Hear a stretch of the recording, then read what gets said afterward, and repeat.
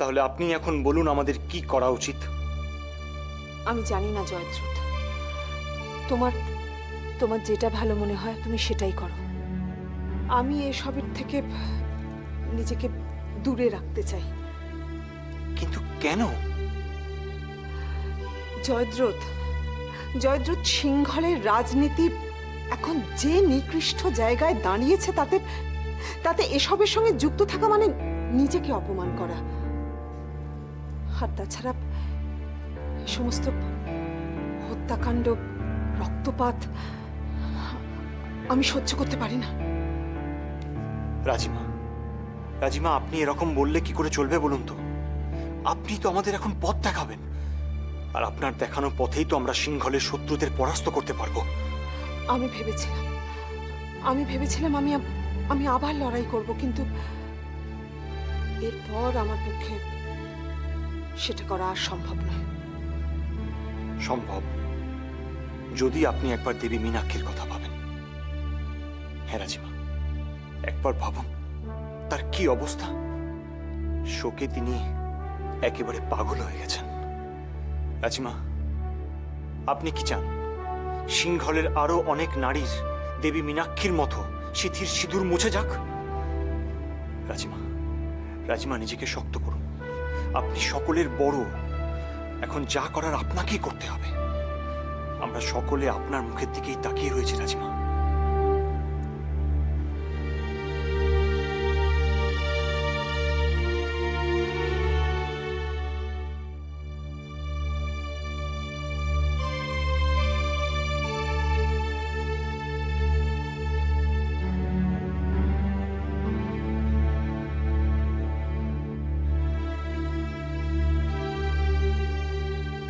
এরকম কি করে হলো বলো তো?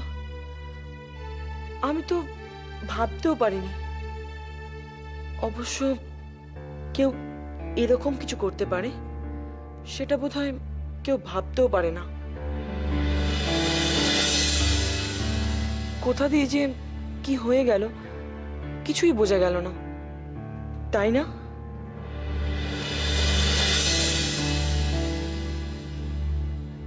খনা,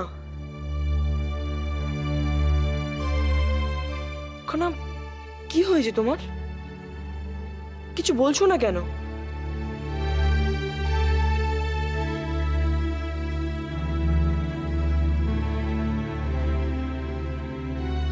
কি হয়েছে তোমার? কিছু তো বলো।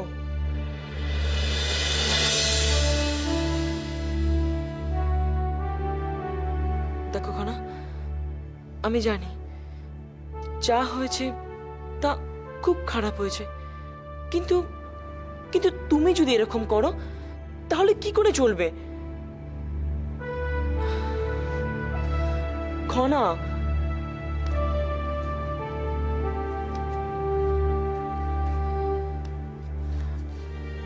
দেখুন না প্রধানমন্ত্রী মশাই, খনা কেমন করছে, কোনো উত্তরই দিচ্ছে না। খনা,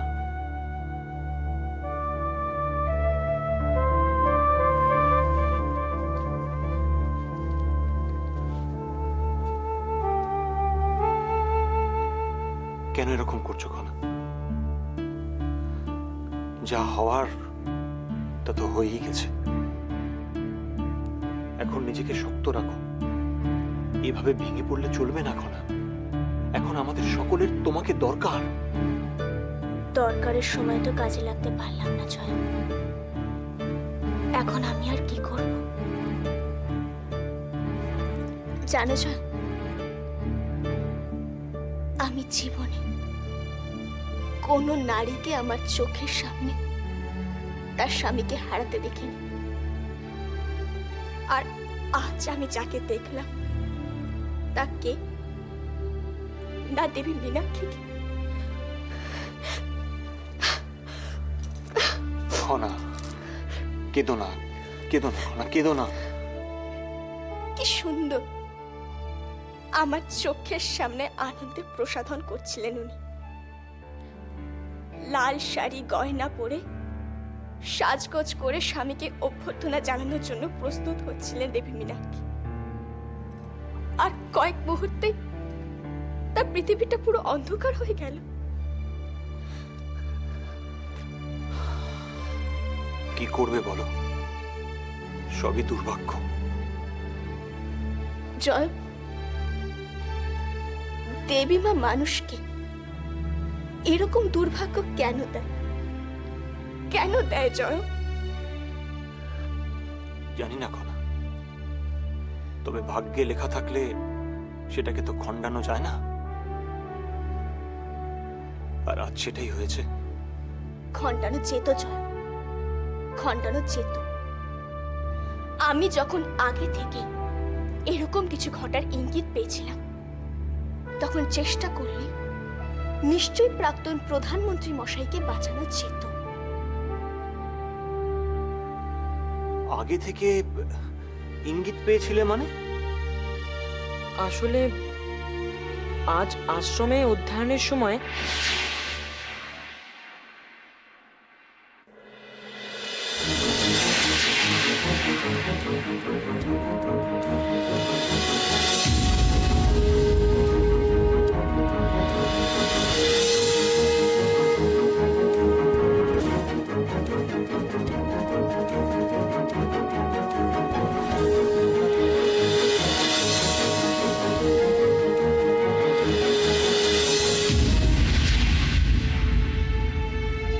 তার মানে?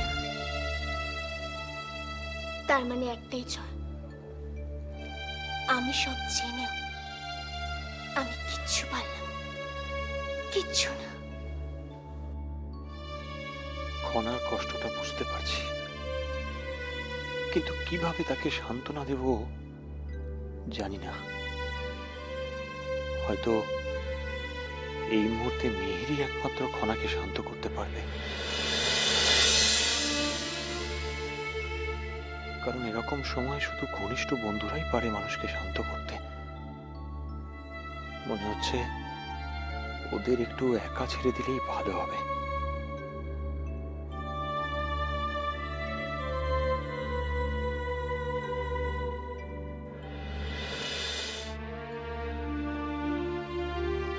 আমি বুঝতে পেরেছি যে তুমি খুব আঘাত পেয়েছ, কিন্তু কিন্তু নিজেকে কি একটু সামলানো যায় না? আমি বোধহয় চেষ্টা করলেও কিচ্ছু সামলাতে পারবো না মিহির। চেষ্টা করলেও সামলাতে পারবে না?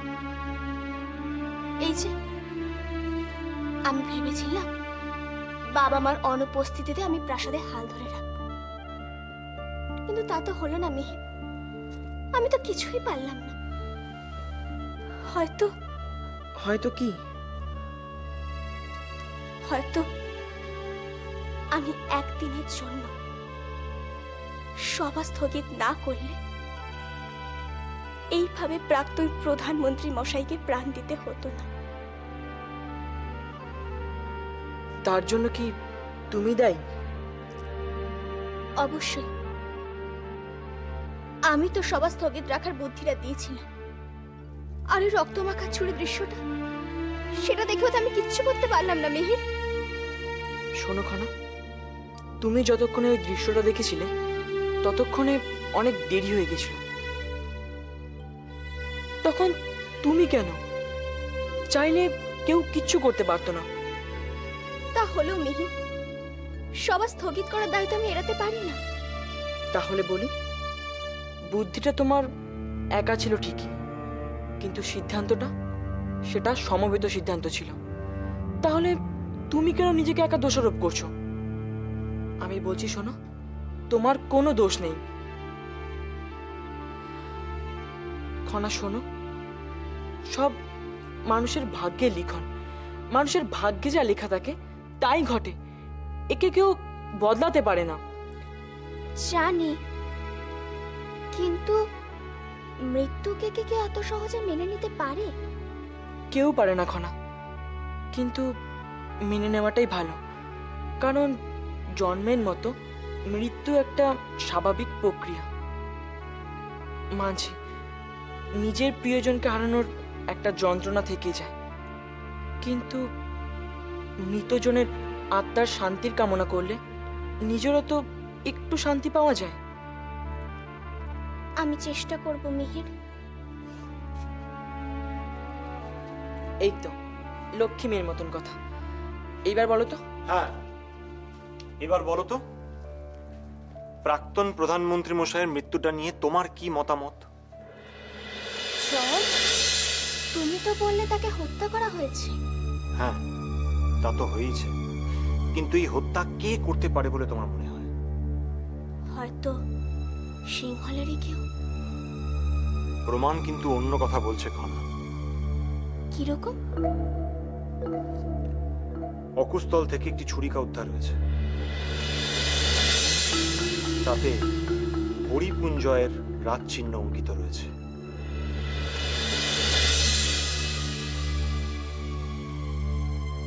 তাহলে কি হরিপুঞ্জয়ের কেউ তাকে হত্যা করেছে? আমার তা মনে হয় না। কেন? কারণ হরিপুঞ্জয় রাজ্য যদি এই হত্যাকাণ্ডে জড়িত থাকে, তবে বলতে হয় এটা খুবই সুপরিকল্পিত রাজনৈতিক হত্যা।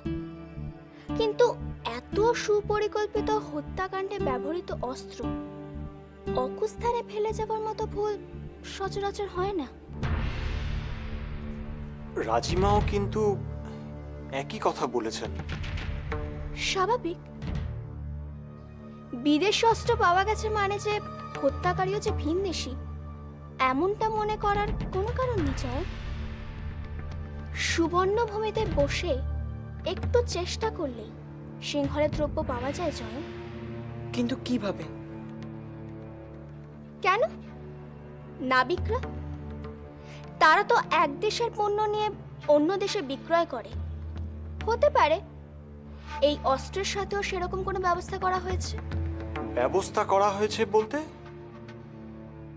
কে ব্যবস্থা করেছে বলে মনে হয়? আমি তো বললাম জয়, সিংহলেরই কেউ এ কাজ করেছে। কিন্তু কেন করবে? কারণ প্রাক্তন প্রধানমন্ত্রী মশাই ফিরে এসে সভা পরিচালনা করার দায়িত্ব নিয়ে নিলে কিছু মানুষের খুবই অসুবিধে হয়ে যেত। তাহলে তো বলতে হয় তারা তাদের উদ্দেশ্য পূরণে সফল হয়েছে। সে তো বটে। মহা সমস্যা হলো, কি হবে এখন? সভাটা তো আজই, তাহলে এখন কিভাবে পরিস্থিতির নিয়ন্ত্রণে রাখা যায়? আবার সভা স্থগিত করে? আবার না খনা, আর তা সম্ভব নয়। কেন জয়? এবার কি অজুহাত দেবে? আজকের দিনটা শুভ বলেই তো আমরা আজকের দিনটা ঠিক করেছি। এখন কি বলবে?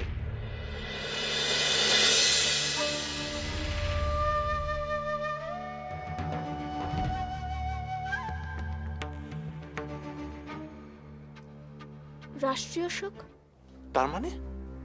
তার মানে প্রাক্তন প্রধানমন্ত্রী মশাইয়ের মৃত্যুর কারণে 3 দিনের জন্য সিংহলে রাষ্ট্রীয় শোক ঘোষণা করা হবে, আর তার ফলে কোনো অনুষ্ঠান বা সভা আয়োজন করা যাবে না। অসাধারণ। অসাধারণ তো বটে, কিন্তু 3 দিন রাষ্ট্রীয় শোক ঘোষণা করবে কে? মহারাজও তো এখন রাজধানীতে নেই। কেন জয়? তুমি তো আছো, তুমি ঘোষণা করবে। আমি ঘোষণা করতেই পারি, কিন্তু আমি ঘোষণা করলে ওনারা তীব্র বিরোধিতা করবেন, আর বিরোধিতা করলে তখন আমাকেও পিছিয়ে আসতে হবে। তাহলে? তাহলে এমন একজনকে দিয়ে ঘোষণা করাতে হবে যে রাজপরিবারেরই সদস্য, কিন্তু ঘটনাচক্রে ওদেরই কাছের মানুষ, ভাই কাকা। হ্যাঁ জয়, আমি ভাই কাকাকে দিয়ে ঘোষণা করাবো। কিন্তু কুমার কি সেটা করবে বলে তোমার মনে হয়? হ্যাঁ জানি, ভাই কাকা প্রথমে সহজে মানতে চাইবে না, কিন্তু আমিও তাকে ছাড়বো না। আমি তাকে দিয়েই ঘোষণা করাবো। কিন্তু খনা, কুমার তো এখন নির্বাসন কক্ষে বন্দী রয়েছে, ও তো ওখান থেকে বেরোতে পারবে না। তাহলে তাহলে ওর ঘোষণার কথা সকলে জানতে পারবে কি করে? চয়ন, সেটা তুমি আমার উপরে ছেড়ে দাও।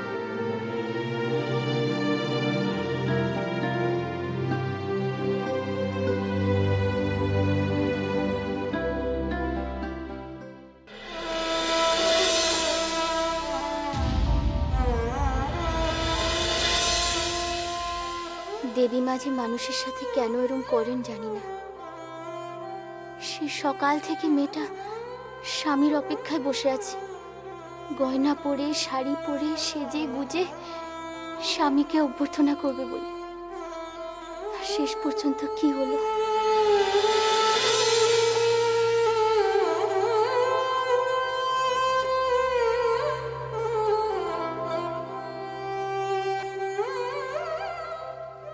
মীনাক্ষী,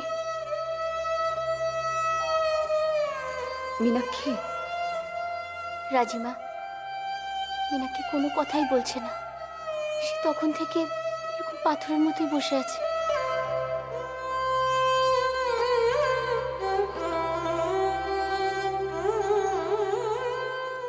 মীনাক্ষী, এরকম করলে কি চলে?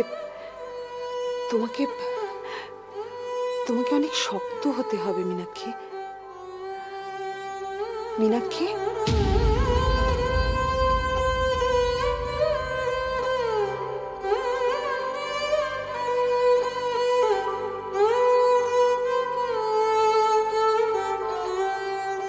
রেবতী, সমৃদ্ধি, আর বোধহয় দেরি করে লাভ নেই।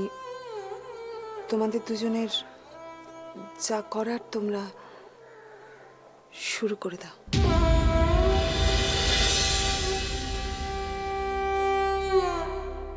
সমৃদ্ধি,